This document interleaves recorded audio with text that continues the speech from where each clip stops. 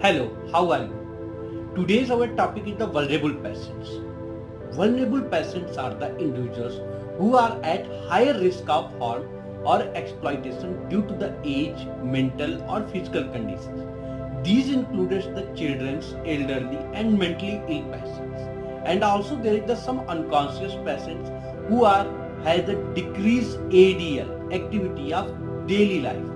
They require the special care, supervision and different protocol for instances such as to treating for the minor and our elderly patients. तो संवेदनशील या vulnerable या असहाय मरीज वो होते हैं जो उम्र, मानसिक या शारीरिक स्थिति के कारण अधिक जोखिम में होते हैं। उनमें बच्चे, बुजुर्ग, मानसिक रूप से बीमार और अचेतन रोगी शामिल हो सकते हैं। इन्हें विशेष देखभाल और निगरानी की जरूरत होती है। ये मरीज मुख्यतः अपने दैनिक दिनचर्या के कारण खुद से नहीं कर सकते। तो इसमें से कुछ एक चीजें बड़ी आवश्यक है हम लोग को जानना, जैसे कि who are the considered for the vulnerable patient. So childrens and elderly are the major age group which comes under the vulnerability. इसके साथ ही में physically challenge, mentally challenge, these are patients, comatized patients, Parkinsonian disease patients are the vulnerable patients. So what is required before treating a vulnerable patient? So it is a guardian consent is must there, that they always available with the vulnerable patient, such as the active attendant is needed to treat such patients. अगर वो नहीं करते हैं तो हम अस्पताल की तरफ से भी किसी को दे सकते हैं।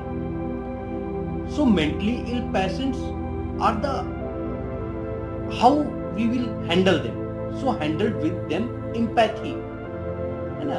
उनको सहानुभूति के साथ में हमको संभालना है। ऐसा नहीं है कि वो मरीज अगर मेंटली इल है तो कोने में पड़ा हुआ है, बड़बड़ा रहा है, बोल रहा है, तो हम उसका इलाज नहीं अच्छे से करें।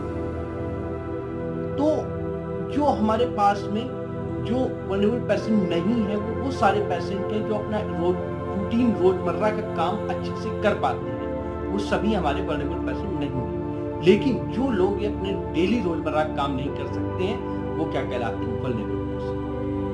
सो ये हमारे जो पेशेंट है स्पेशल सुपरविजन की इनको नीड होती है।